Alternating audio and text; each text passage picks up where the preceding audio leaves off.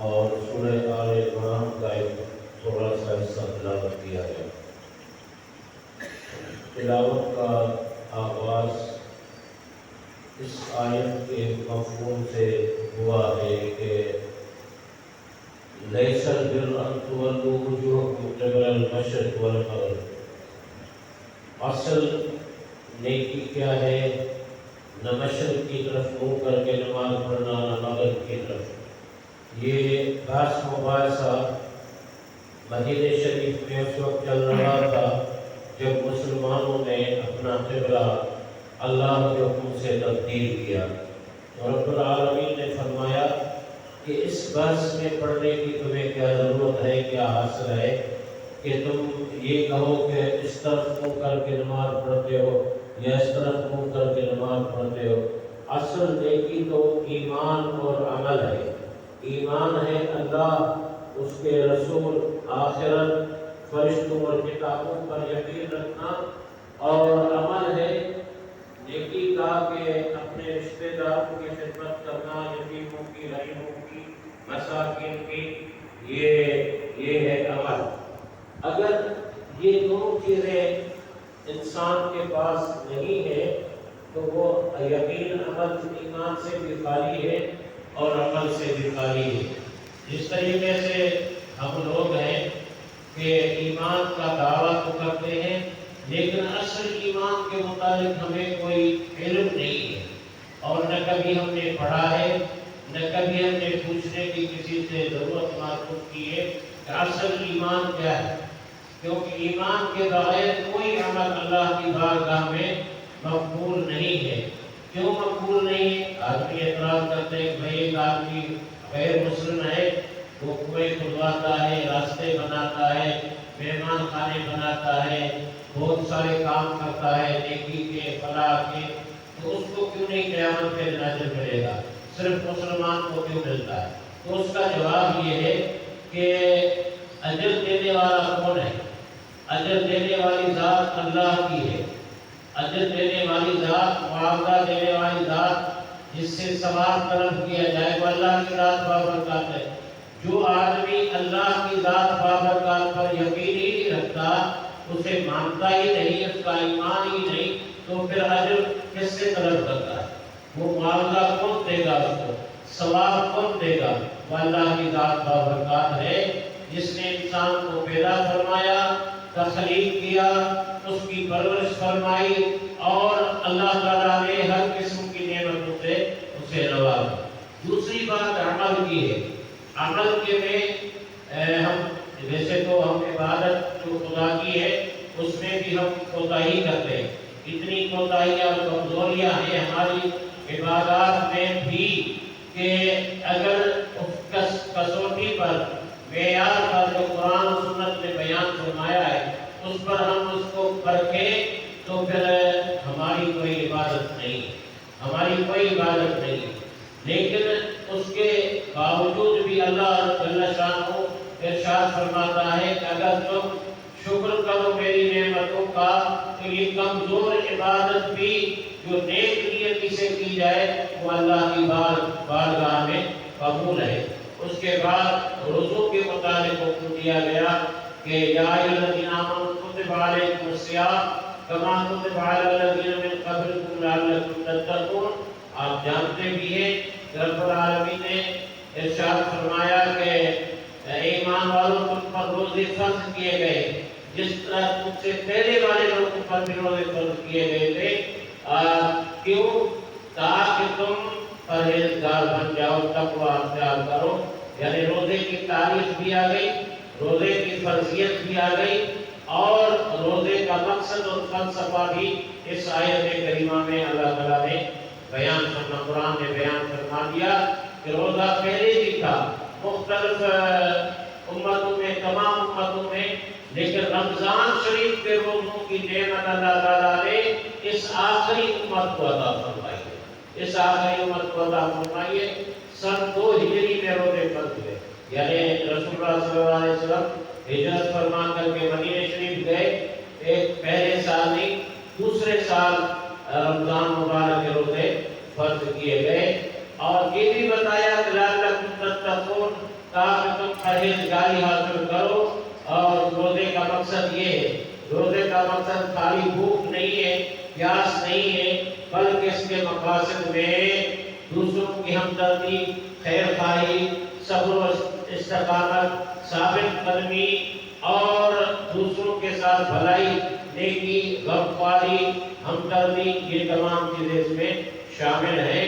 پھر اللہ نے فرمایا شہر رمضان الذی انزل فیہ القرآن ھدی للناس وبینات من الھدی والفرقان۔ قرآن کریم میں کسی بھی مہینے کا نام نہیں آیا، 4 مہینوں کا تذکرہ ہوا ہے لیکن نام نہیں آیا قرآن کریم میں۔ اللہ تعالیٰ نے فرمایا کہ ان عدت الشہور عند اللہ اثنا عشر شہرا یوم خلق السماوات والارض منها اربعۃ حرم۔ اللہ تعالیٰ نے جب سے زمین آسمان کو پیدا فرمایا ہے تو 12 مہینے اللہ نے پیدا کیے، ان میں 12 مہینوں میں 4 مہینے احترام والے ہیں، لیکن قرآن نے نام نہیں دیا ہے۔ حدیث میں وہ بیان آیا کہ ذوالحج، ذوالحج، محرم اور رجب، قرآن میں نام نہیں آیا مہینہ، لیکن یہ واحد مہینہ ہے رمضان المبارک کا جس کا نام قرآن میں آیا۔ شہر رمضان الذی انزل فیہ القرآن، مبارک مہینہ کہ شہر رمضان کا جس میں قرآن اتارا گیا۔ قرآن کا اترنا بڑی نعمت ہے انسانیت کے لیے، امت کے لیے، ہم سب کے لیے۔ قرآن کی بڑی عظمت ہے، قرآن ذات حیات بھی ہے، انسان کے لیے رہنمائی بھی ہے اور ہدایت بھی ہے، شفا بھی ہے، نور بھی ہے، ترقی کا دنیا میں بھی ضامن ہے، آخرت میں کامیابی کا ضامن۔ قرآن کریم انزل فیہ القرآن، جس میں قرآن نازل کیا گیا۔ رمضان مبارک کے مہینے میں نے ہمیں کیا نہیں دیا؟ جنگ بدر رمضان کی 17 تاریخ کو ہوئی، جس کو فرقان کہا جاتا ہے، یوم الفرقان، جنگ بدر، حق و باطل کا معرکہ 17 تاریخ کو ہوا رمضان مبارک کے۔ مکہ فتح ہوا 20 تاریخ رمضان، مکہ فتح ہوا 20 تاریخ رمضان۔ اس ہمارے خطے میں اسلام آیا اپنی شوکت کے ساتھ، اپنی نعمت کے ساتھ، علم کے ساتھ، ہدایت کے ساتھ۔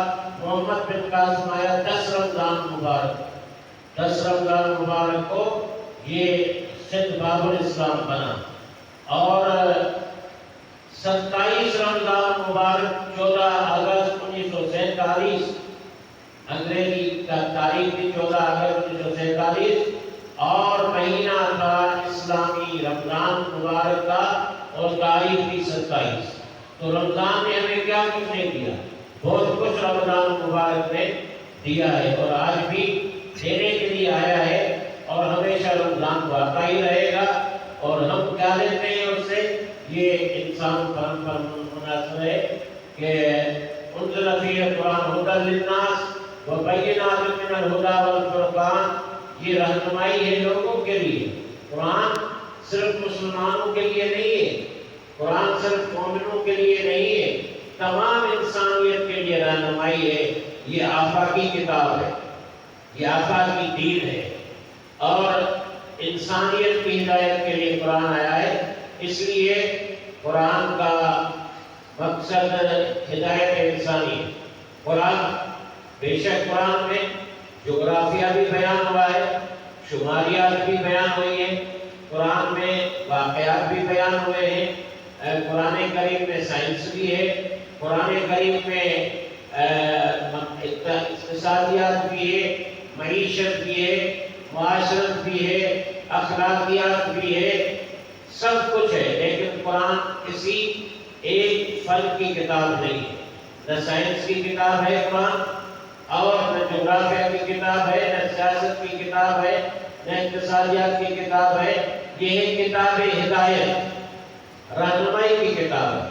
یہ سب چیزیں اس میں ہیں، لیکن یہ کتاب ہے رہنمائی کی، آئی ہے انسان کے لیے، انسان ہی اس کا مقصود و مطلوب ہے، اور سبجیکٹ قرآن کا انسان کی ہدایت ہے، یہ قرآن کا سبجیکٹ ہے۔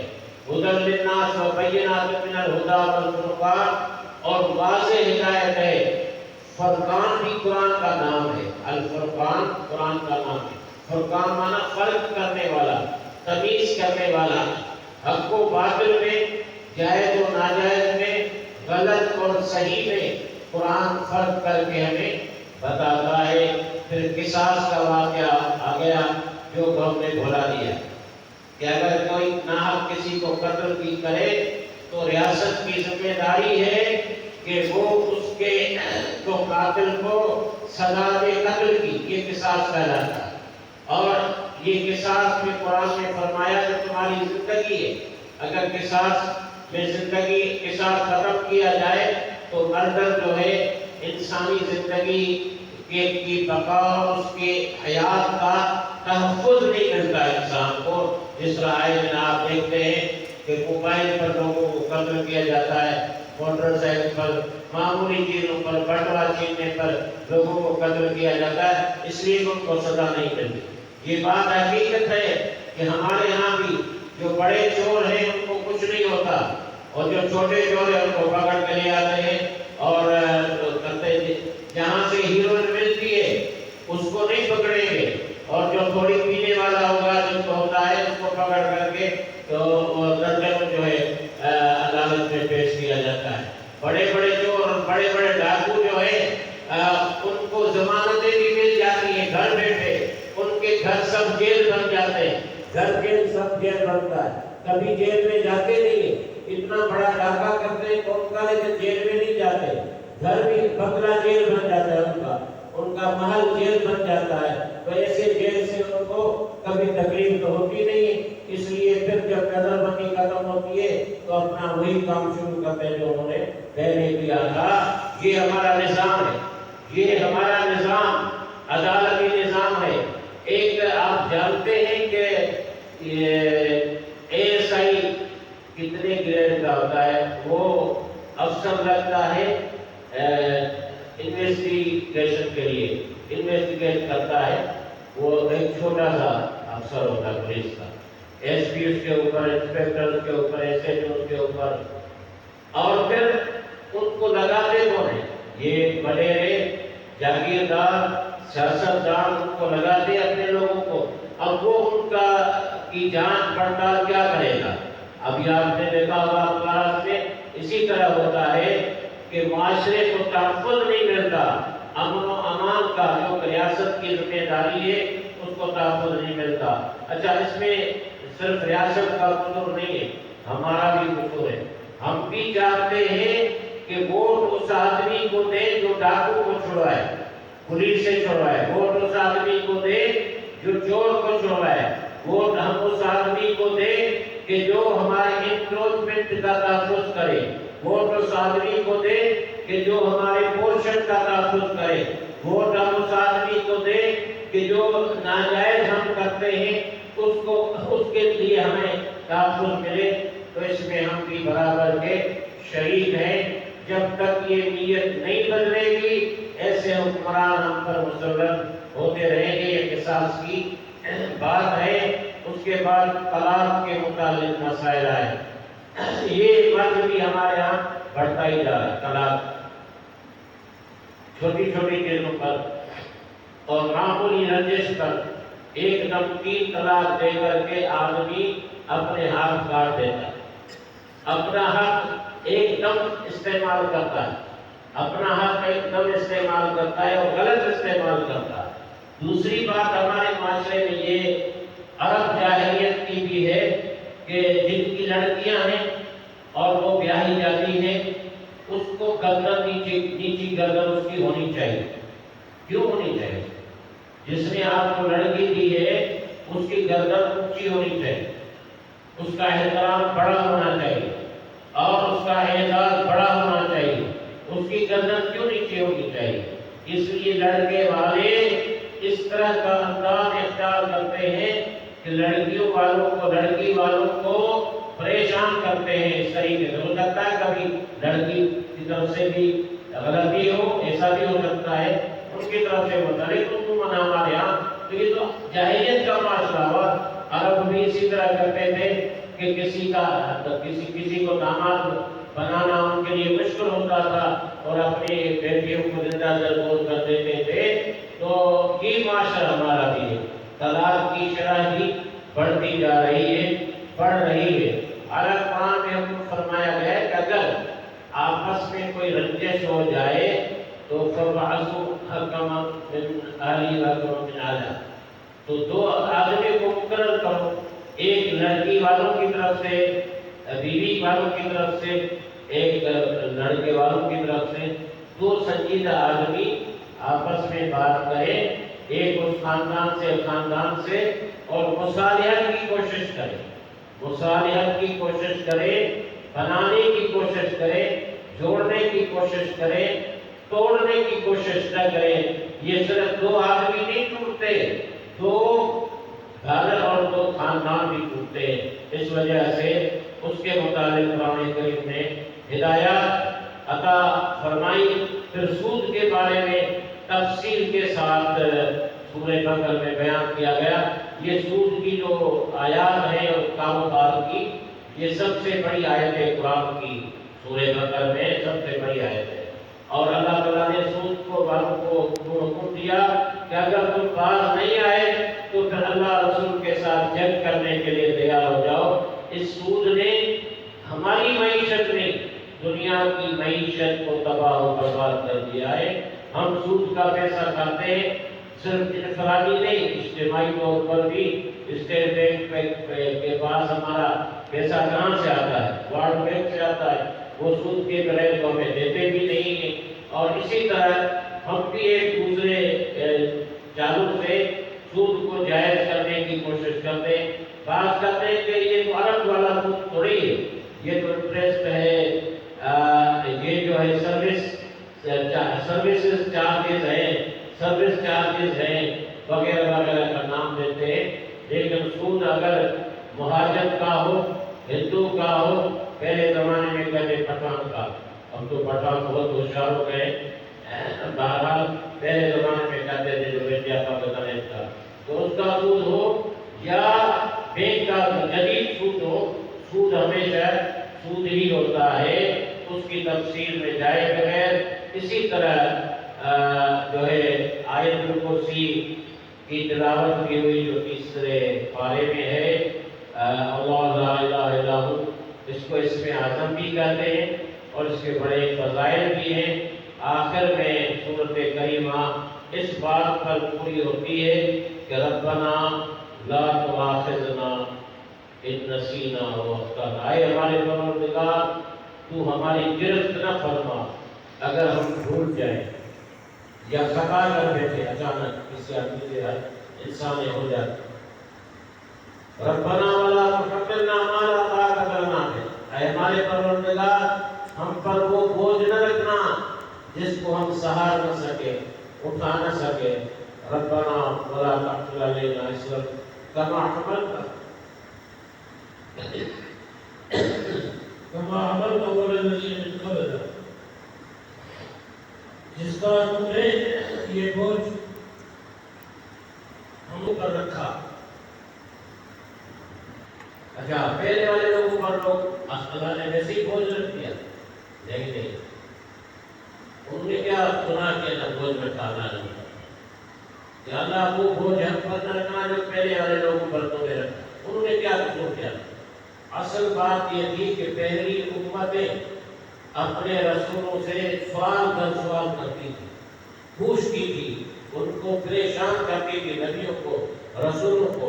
تو جیسے پوچھتے جاتے تھے تو پابندیاں زیادہ رکھی جاتی تھی، اور امت محمد نے زیادہ نہیں پوچھا اور ایمان لائے بالغیب، تو اللہ تعالیٰ نے معافی کے دروازے کھول دیے، درگزر کے دروازے کھول دیے۔